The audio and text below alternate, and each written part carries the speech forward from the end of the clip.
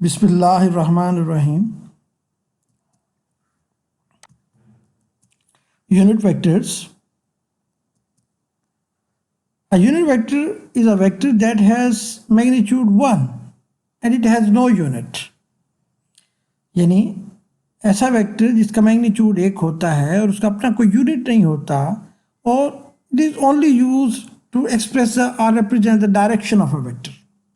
यानी ये सिर्फ वेक्टर की डायरेक्शन को जाहिर करने के लिए इस्तेमाल होता है। ऐसा वेक्टर जिसका मैग्नीट्यूड 1 है और जो वेक्टर की डायरेक्शन रिप्रेजेंट करता है उसे कहते हैं यूनिट वेक्टर। यूनिट से मुराद 1 होता है। इसको मजीद एलेबोरेट करते हैं। आपको इस फिगर में एक वेक्टर नजर आ रहा है, ए वेक्टर। इसके दो कंपोनेंट्स अगर बनाए जाएं, एक ए एक्स और एक ए वाई रेजोल्यूशन से, ए एक्स वेक्टर और ए वाई वेक्टर, इन दोनों वेक्टर्स के सम से आपके पास एक वेक्टर ए आता है। इट मींस ये दोनों कंपोनेंट्स हैं ए वेक्टर के, ए एक्स वेक्टर और A Y vector A vector के कंपोनेंट्स। और हम इसे यूं भी लिख सकते हैं, A vector is equal to A X I plus A Y J. अब इसमें जो आई और जे है ये असल में यूनिट वेक्टर को जाहिर करते हैं। यूनिट वेक्टर, हाँ, जैसे कि हमने कहा, ऐसा वेक्टर जिसका मैग्नीट्यूड 1 होता है और जो डायरेक्शन रिप्रेजेंट करता है उसे यूनिट वेक्टर कहते हैं। इसमें ए एक्स को अगर मजीद डिटेल से देखा जाए तो ए एक्स वेक्टर जो हमें ए वेक्टर का एक कंपोनेंट है, उसके दो पार्ट्स नजर आते हैं। एक उसमें मैग्नीट्यूड है और एक उसमें डायरेक्शन है, यानी unit vector. Unit vector direction को रिप्रेजेंट करता है। तो मैग्नीट्यूड उस वेक्टर का वो तो ए एक्स ही है, लेकिन डायरेक्शन को यूं भी लिखा जा सकता है 1 इंटू अलॉन्ग एक्स एक्सिस। यानी आई कैप से मुराद असल में 1 डॉट अलॉन्ग एक्सिस होता है, लेकिन चूंकि बार बार हमें ये डायरेक्शन हर जगह बतानी पड़ेगी जब हम मैथमेटिकल कैलकुलेशंस कर रहे होंगे, तो बार बार 1 इंटू अलॉन्ग एक्सिस लिखना ज़रा मुश्किल हो जाएगा। उसके लिए हमने इसका नाम रख दिया, 1 डॉट अलॉन्ग एक्सिस का नाम रख दिया आई कैप। अब इस आई कैप को हम यूनिट वेक्टर कह दिया करेंगे क्योंकि इसका मैग्नीट्यूड 1 है और ये सिर्फ डायरेक्शन बताने के लिए यूज़ हो रहा है। क्योंकि जैसे ही हम इसकी वैल्यू जो 1 है इसको मल्टीप्लाई करेंगे ए एक्स के साथ, तो मैग्नीट्यूड सेम हो जाएगा A X into 1 is equal to A X, और सिर्फ डायरेक्शन आई जो है, I cap along X axis को जाहिर कर रहा होगा।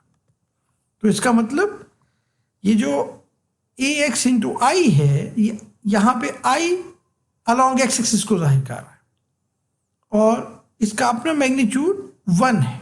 आई यूनिट वेक्टर का मैग्नीट्यूड 1 है, जैसे कि हमने यहाँ फिगर में शो करवाया। इसी तरह ए वाई वेक्टर जो है उसके दो पार्ट्स हैं, एक मैग्नीट्यूड और एक डायरेक्शन। और डायरेक्शन को हम जे कैप कह रहे हैं, जबकि जे हेड से मुराद 1 डॉट अलॉन्ग वाई एक्सिस है।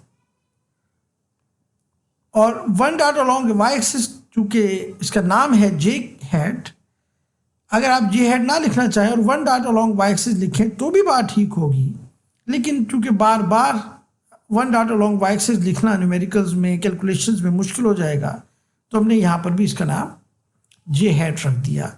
और ये साइंटिस्ट ने स्टैंडर्ड बना दिया है और इंटरनेशनली इस पर कंसेंसस है कि आइंदा से अलॉन्ग एक्स एक्सिस को हम आई हेड कहा करेंगे, अलॉन्ग वाई एक्सिस को हम जे हेड कहा करेंगे और अलॉन्ग जेड एक्सिस को हम के हेड कहा करेंगे। और इनका नाम हम यूनिट वेक्टर्स रख देंगे क्योंकि इनको मैग्नीट्यूड हमने 1 रखा है। और 1 रखने की वजह यह है कि जब ये मल्टीप्लाई होगा मैग्नीट्यूड से तो नेट आंसर सेम रहेगा। नेक्स्ट, यूनिट वेक्टर को एक और तरीके से डिफाइन किया जाता है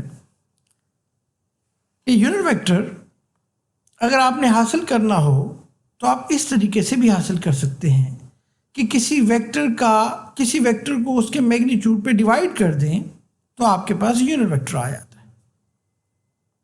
When a vector is divided by its magnitude, then the result will be a unit vector. इसको अगर आप यूं समझें कि अगर हमारे पास एक वेक्टर है 8i + 6j along x axis 8 along y axis 6, तो इसका जो मैग्नीट्यूड होगा वो 10 होगा, क्योंकि पाइथागोरन थ्योरम अप्लाई करेंगे ट्राइंगल के अंदर, राइट ट्राइंगल में पाइथागोरन थ्योरम अप्लाई करें तो 8 स्क्वायर 64, 6 स्क्वायर 36, 64 + 36 100, तो 100 का √10 आ जाएगा।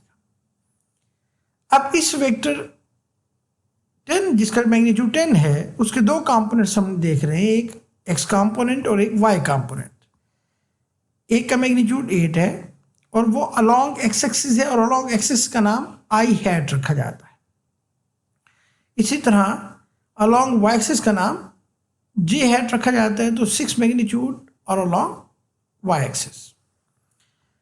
अब अगर इस वेक्टर को, ये जो वेक्टर हमें नजर आ रहा है 8i + 6j, इसे मैग्नीट्यूड पे डिवाइड कर दें 10 पे, तो आपके पास यूनिट वेक्टर आ जाएगा।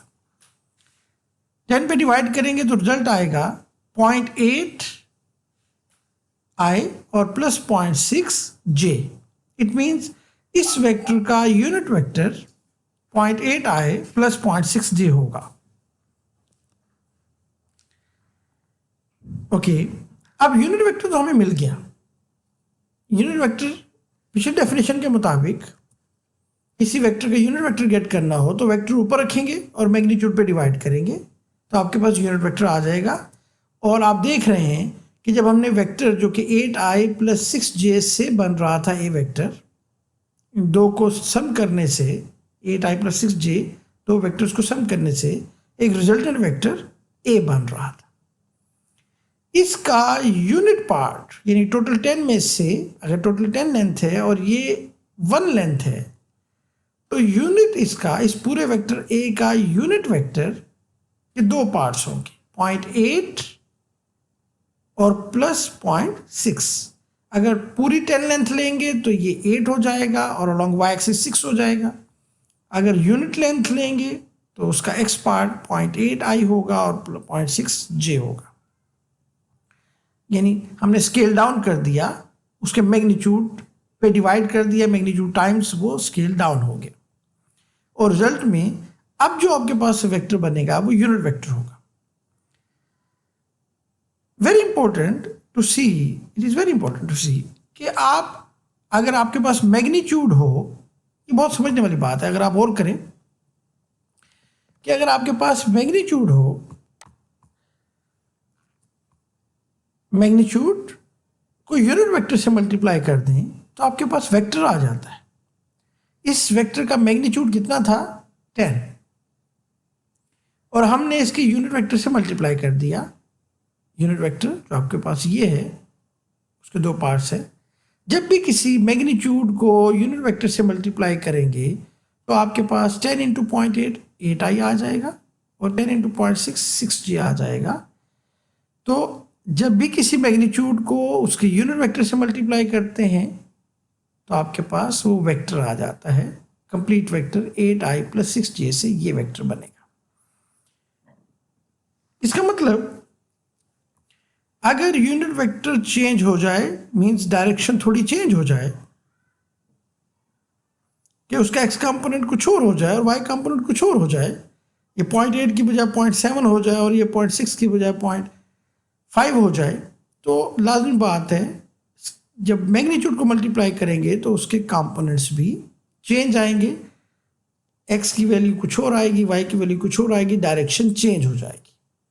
इट मीन्स जो वेक्टर की डायरेक्शन है वो यूनिट वेक्टर एडजस्ट कर रहा होता है।